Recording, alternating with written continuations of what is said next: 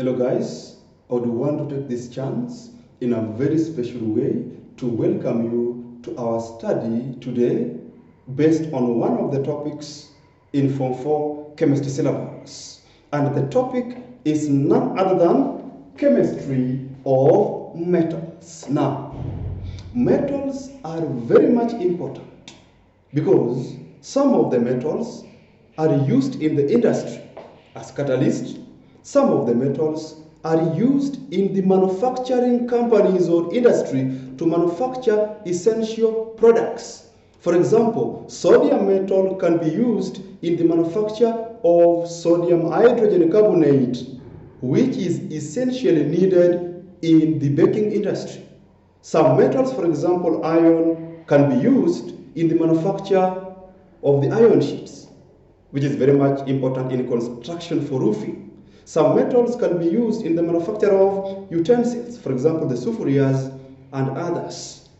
Some metals, for example, steel, can be used in construction. Now, these metals are very much important, and that is why there is a necessity, a reason to study chemistry of metals. Now, a question, where can we find these metals? These metals exist naturally underground. They exist naturally underground. Now the question is, in which forms do they exist? In which forms do they exist? Now these metals exist in combined form and also uncombined form. Uncombined form. A question, in which combined forms do these metals exist? Now, these metals can exist in form of a sulfide. These metals can also exist in form of a carbonate. These metals can also exist in form of chlorides. These metals can also exist in form of sulfates. These metals can also exist in form of oxides. Now, even these metals can also exist in combined form as alloys. A question, what is the name given to the compounds in which these metals exist? The name given to these compounds in which metals exist is known as ores. Now, ores are compounds in which metals exist. For example, sodium exists as sodium chloride. But before we look at these compounds, these ores, there is a necessity to categorize these ores into two broad categories. We have the major ore and the minor ore. As the name suggests, the major ore is an ore which contains a metal but in abundance or in large quantity. The minor ore therefore contains the same metal but in small quantity, and that is why it is called the minor ore, as the name suggests. Now, since these metals are needed in large quantities in various industries, in various companies, in so many places, the major ore is the suitable ore to be used so as to enable us obtain sodium metal for various applications. Now, we have got 4 metals to study as far as the Form 4 chemistry syllabus is concerned.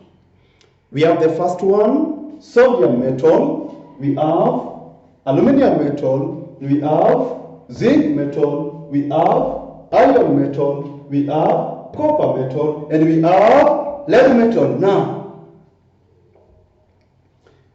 I want us to know the major ore in which every metal exists and the minor ores in which we can obtain the same metal. Now, beginning with the first one, sodium exists in many ores, or in so many forms, or in many ores. The first one being the major ore, and it is known as rock salt. Now, rock salt is sodium chloride. At the minor ores, we have trona. Trona is a double salt. That is sodium carbonate chemically combined with sodium hydrogen carbonate with 2 moles of water of crystallization. Another ore of sodium, we have an ore that is found in abundance in a country known as Chile, and that is why we give it a name, Chile saltpeter.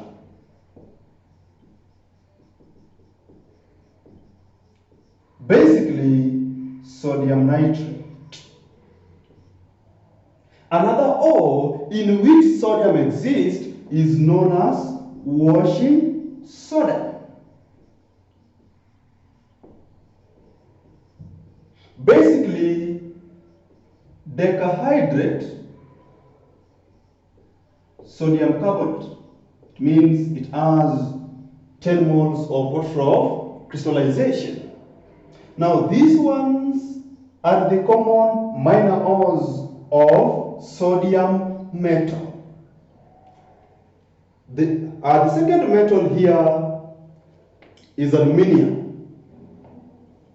Aluminium exists in only one major ore, and the ore is known as bauxite. Bauxite is hydrated aluminium 3 oxide, having 2 moles of water of crystallization. We have got also minor ores of aluminium, the first one being mica or mica. We have potassium, aluminium, combined with silica and oxygen. Aluminium metal. We also have another one known as corundum. Corundum is an hydrous aluminium 3 oxide.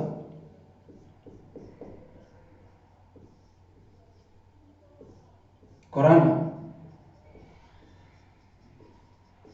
Aluminium 3 oxide. Another one is found in China, known as China clay.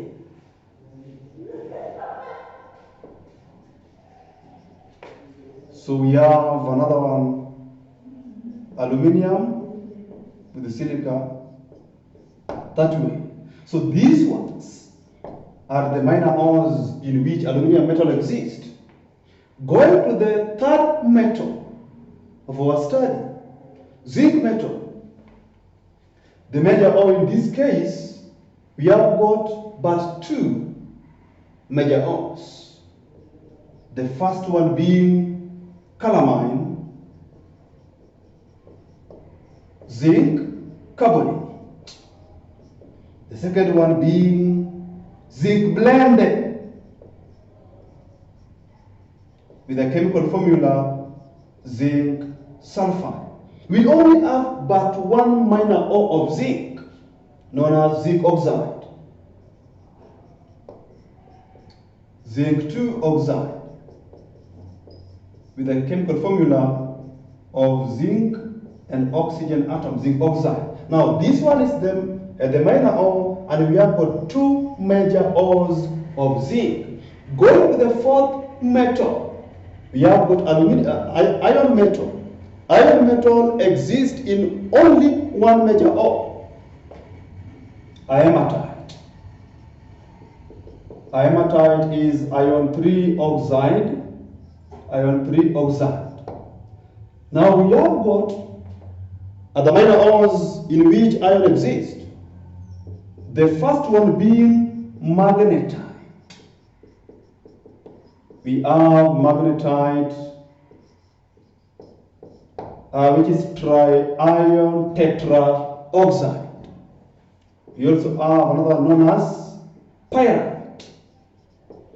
Pyrite is given as shown in the bracket. That is iron sulfide. We also have another one, which is very simple, known as siderite. Siderite. Iron 2 carbonate is what is known as siderite. Now, going to the fourth metal, that is copper metal. The major ore of copper metal is a combination of copper and pyrite.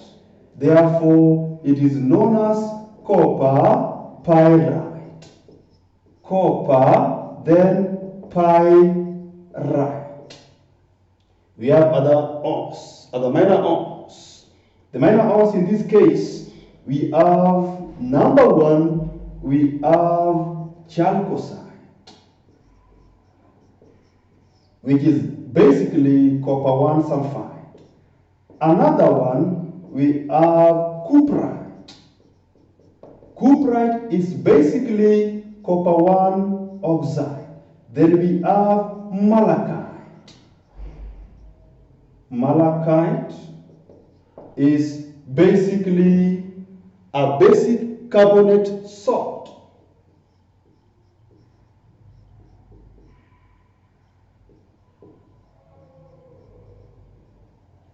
Then the last one is known as azurite, given as copper with this formula.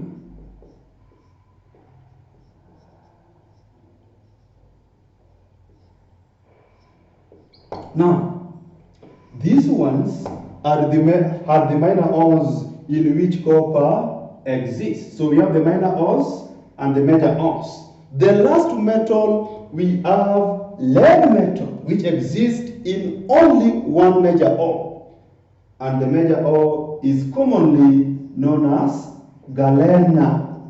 Galena with the chemical formula lead sulfide. We have got two minor ores of lead. Number one, we have angelicite. Angelicite is lead sulfate. Number two, we have another one known as cerussite. Cerussite is lead carbonate. Now, lead carbonate is what is known as cerussite. Now, after having known the minor ores and the major ore of every metal, the question is, how can we obtain these metals or these ores? So that after having obtained the ore, we employ a process of extraction. Now, these metals or these ores, since they exist naturally underground, they are obtained through mining. Now, once the ore has been mined, remember they exist underground and therefore they are not pure. Therefore, there is a general process of extraction of metals from either of these metals from the ores. There is a general method of extracting, these metals from their ores. Step number one, purification of the ore. The last step is extraction process. You have now done the purification and you have the ore. How can you now remove the carbonate, for example? You remove the chloride, for example. You remove the sulfate and remain with the metal.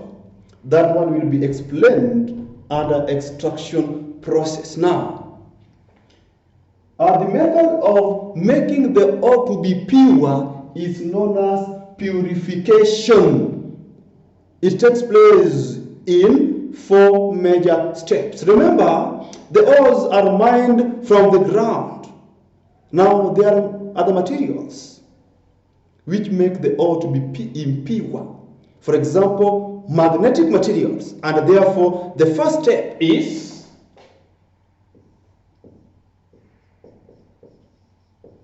removal of magnetic materials using a magnet. Number two is dissolving the ore. Dissolving the ore in a suitable solvent. Then once the ore has been dissolved in a suitable solvent, it means the impurities, the earthy matter will remain at the top, having the ore dissolved. Now, once the impurities have remained on the top, as the ore has been dissolved in a suitable solvent, now we can wash the earthy matter which remains at the top using distilled water. Therefore, step number 3 is washing the earthy matter using distilled water.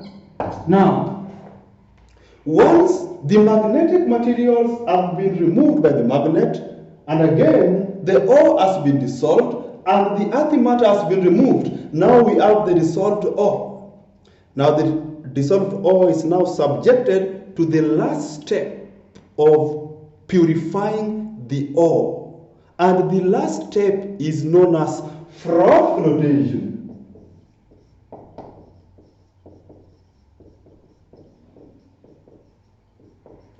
Now, just as the name suggests, we have removed the earthy matter, the magnetic material, now we have the ore. Froth flotation is a process by which the ore is concentrated. The ore is purified through concentration. How is it done? There is a use of frothing agent. What is a frothing agent? A frothing agent is a mixture of oil and water. Now, once the ore has been obtained, once the dissolved ore has been obtained, it is subjected to a process known as froth flotation. Now, assume this one is the column where the process will take place. What is done is the ore is passed into the column. Remember, the ore is still having some impurities. So we want to see how we remove some of the impurities through the last step. Now, a frothing agent is added, a mixture of oil and water. By the way, the common oil that is used as frothing agent that is mixed with water is known as pine oil.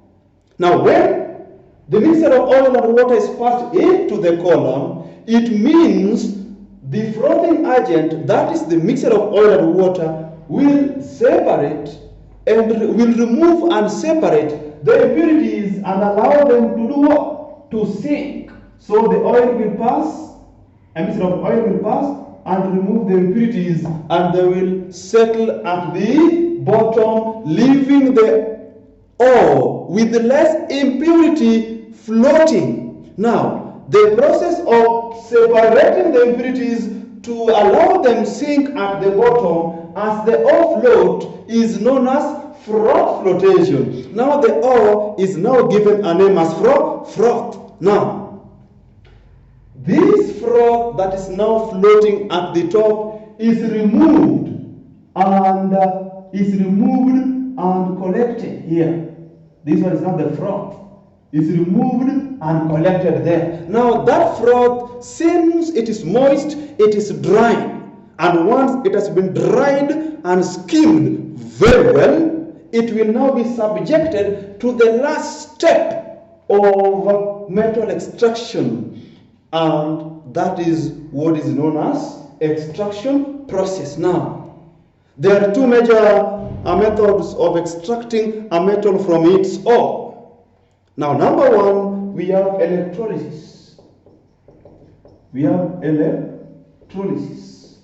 Number two, we have reduction method. We have reduction method. Now, based on reactivity series, you know, as a chemist, I must be very unique. When I was in high school, I did a very wonderful job by coming up with a mnemonic known as posolikamalzilkomesico. Posolikamalzilkomesico.